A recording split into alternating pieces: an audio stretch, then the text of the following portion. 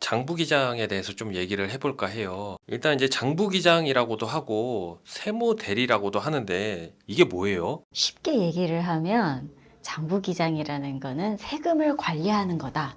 이렇게 생각을 하시면 쉬울 것 같아요. 세금을 관리하는 거다. 네. 그럼 그 관리는 뭐예요? 세금을 관리한다는 건 뭐냐면 세금을 계산하는 거랑 비교해서 생각을 해보시면 될 것 같아요. 세금을 계산하는 거는 누구나 다 할 수 있고 어느 세무사무실 맡기셔도 똑같습니다. 근데 세금을 관리한다는 거는 미리 내가 세금이 얼마 나올지를 알고 그거에 맞춰서 최소한의 세금을 낼 수 있게끔 맞춰나가는 작업을 관리한다라고 보면 되지 않을까 싶어요. 신고대리라는 것도 있던데 장부기장이랑 신고대리의 차이점이 뭔가요? 장부기장은 말씀드린 것처럼 세금을 관리를 해서 맞춰나가는 작업이라고 생각을 하시면 될 것 같아요. 근데 신고대리 같은 경우는 단순히 정말 세금 계산만 필요하실 때 단건적으로 하는 거, 그게 신고대리라고 보시면 될 것 같아요. 그러면 이제 수수료도 아낄 겸 그냥 신고대리로 하면 되는 거 아닌가요?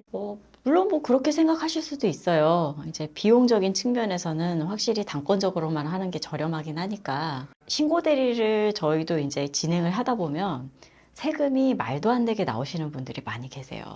그게 관리가 안 돼서 그런 거거든요.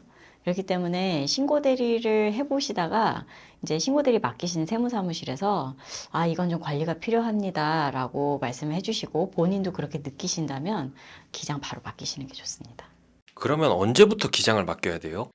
사실 제가 권해드리는 건 제가 세무사라 그럴지는 모르겠는데 오픈하실 때부터 맡기시는 거를 제일 권해드려요. 경우에 따라서는 개업을 하실 때 어떤 컨디션으로 하시느냐에 따라서 감면이나 공제 이런 거 받을 것들이 너무 많이 달라지기 때문에 처음 개업하실 때부터 상담을 받으시는 거를 저는 적극 추천을 드리고요. 만약에 여의치 않아서 그렇게 안 되셨다라고 하시더라도 신고대리로 이렇게 맡기시거나 혼자 하실 때 맡기신다. 그리고 내가 해봤는데 세금 많이 나온다라고 하시면 바로 맡기시는 게 좋습니다. 사무장 사무실을 조심하라고 하던데 이게 뭔 말이에요? 굉장히 중요한 질문 해주셨습니다. 세무사 자격증이나 회계사 자격증이 없는데도 세무사무실 간판을 달고 영업하시는 분들이 많이 계세요. 그런 분들한테 맡기시면 사무장 사무실에다가 맡기시는 셈이세요.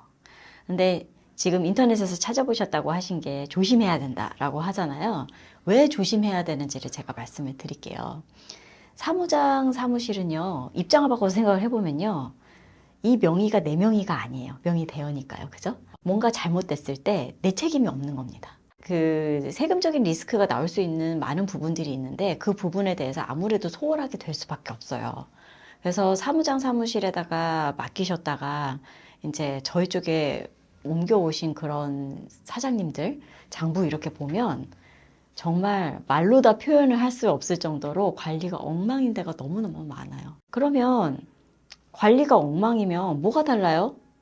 저한테만 잘하고 친절하면 되는 거 아니에요? 라고 생각하실 수 있잖아요. 그렇지가 않은 게 겉보기에는 똑같은 신고라고 생각하실 수는 있는데 어떻게 신고를 했느냐에 따라서 세무조사 리스크나 아니면 세무 소명 리스크 이런 것들이 너무나도 판이하게 달라집니다.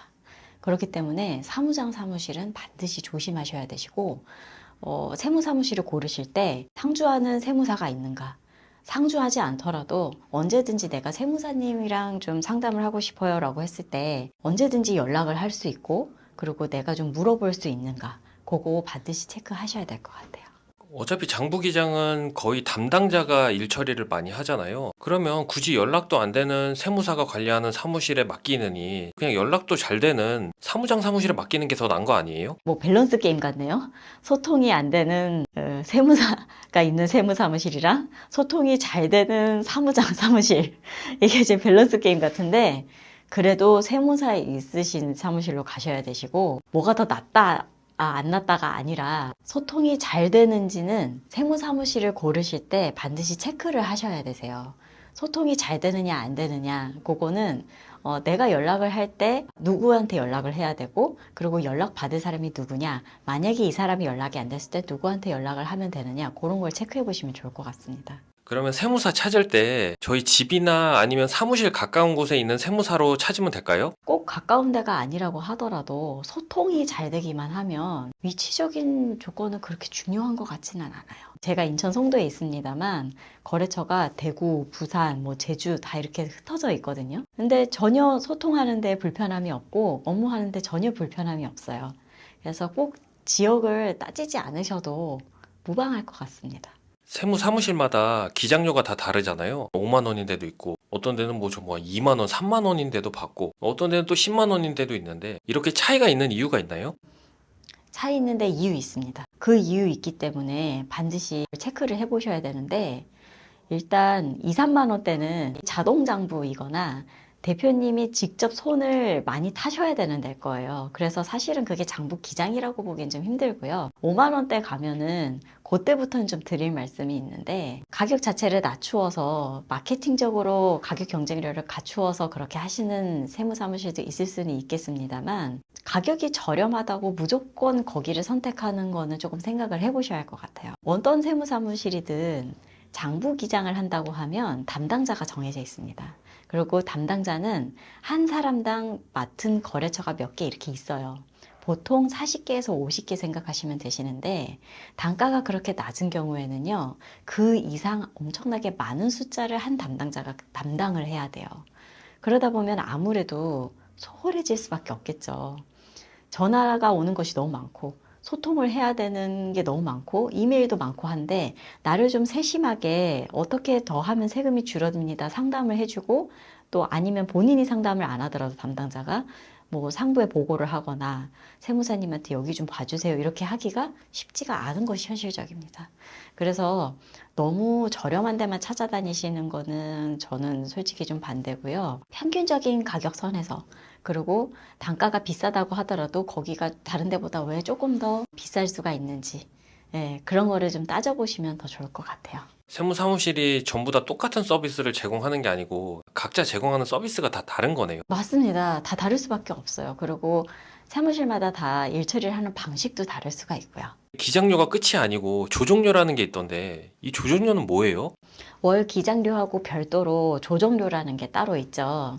법인 같은 경우는 법인세 신고하는 3월, 종합소득세 같은 경우는 신고하는 5월에 있는데 그때는 이제 조정료라는 게 발생하게 돼요. 재무제표를 만든 다음에 세금을 계산할 때 그걸 뽑아내는 그 과정, 그걸 조정이라고 합니다.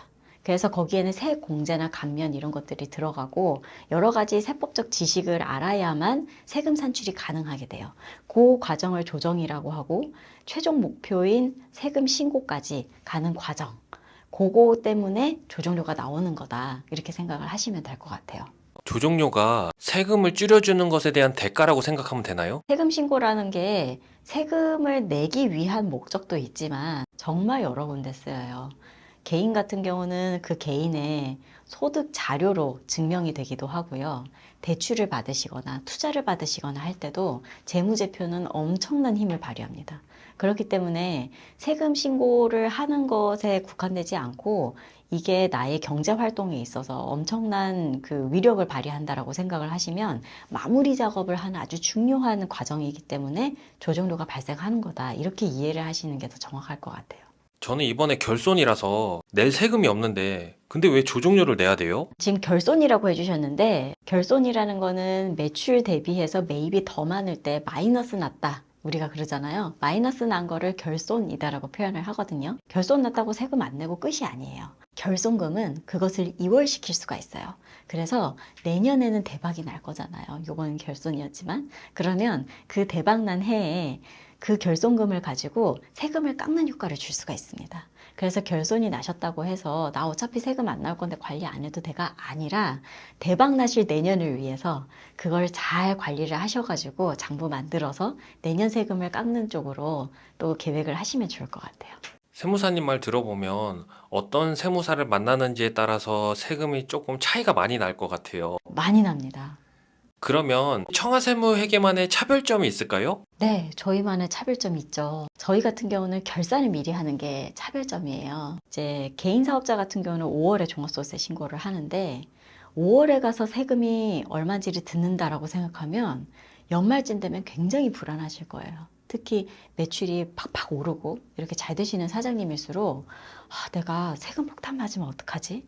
그 고민 굉장히 많이 드실 겁니다. 세금에 대해서 그때 가서 들으시는 거는 사실 이게 너무너무 리스키한 거예요. 네, 사업의 중요한 의사결정에 세금이 빠질 수는 없는 것이거든요. 물론 좌지우지하는 정도가 되면 안 되겠습니다만, 그래서 저희는 추석 때쯤에 한 번, 그리고 내년 2월에 한 번, 그렇게 해서 2번을 미리 세금이 지금 상태로라면 얼마 나올 겁니다를 미리 말씀을 드려요. 그러다 보니까 사장님들께서 세금 자체를 미리 듣기도 하시지만 지금 세금이 좀 많이 나올 것 같다라고 하시면은 이거 그럼 어떻게 해야 됩니까? 라고 컨설팅이 가능한 거죠. 그래서 컨설팅이 가능하다는 거는 그거 자체가 관리인 거예요. 내가 얼마 나오고 지금 재무 상태가 어떠니까 이렇게 좀 줄여보자. 아니면 내가 여태까지 사업을 이렇게 운영했으니까 앞으로는 좀 이렇게 가보자. 중요한 정보를 저희가 제공해 드릴 수가 있는 거죠. 그래서 그 점이 제일 다르다고 생각을 하시면 될 것 같습니다. 다른 데서 세금 폭탄을 이미 맞으셨거나 그리고 저희 쪽에 와주셔가지고 이 서비스를 받아보시고는 너무 좋아가지고 또 소개도 많이 해주세요.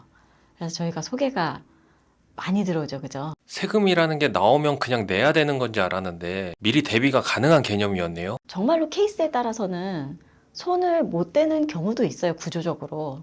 그렇다고 하더라도 그걸 세금 낼 며칠 전에 들으시면 당장 급하게 대출 받을 수도 없잖아요. 여러 가지 측면에서 세금을 미리 들으시는 거는 굉장히 파워풀합니다. 그러면 마지막으로 내가 세무 대리인을 찾을 때 꼭 이거 하나만은 중요하게 생각하고 찾아야 된다. 이런 게 있나요? 딱 하나를 말씀하셨는데 사실은 전 2가지 말씀드리고 싶어요. 네. 첫 번째는 소통 잘 되느냐입니다. 담당자 소통이 잘 되느냐, 그리고 세무사랑도 소통할 수 있느냐. 소통이 제일 중요할 것 같고요. 그 다음 2번째는 미리 세금을 알고 내가 대비할 수 있느냐. 그게 세금 관리의 핵심이라고 저는 생각을 하거든요. 그래서 그거 2가지를 잘 유념하셔서 세무사님 좋은 분으로 만나셔서 사업 번창하셨으면 좋겠습니다. 오늘은 여기까지! 수고하셨어요.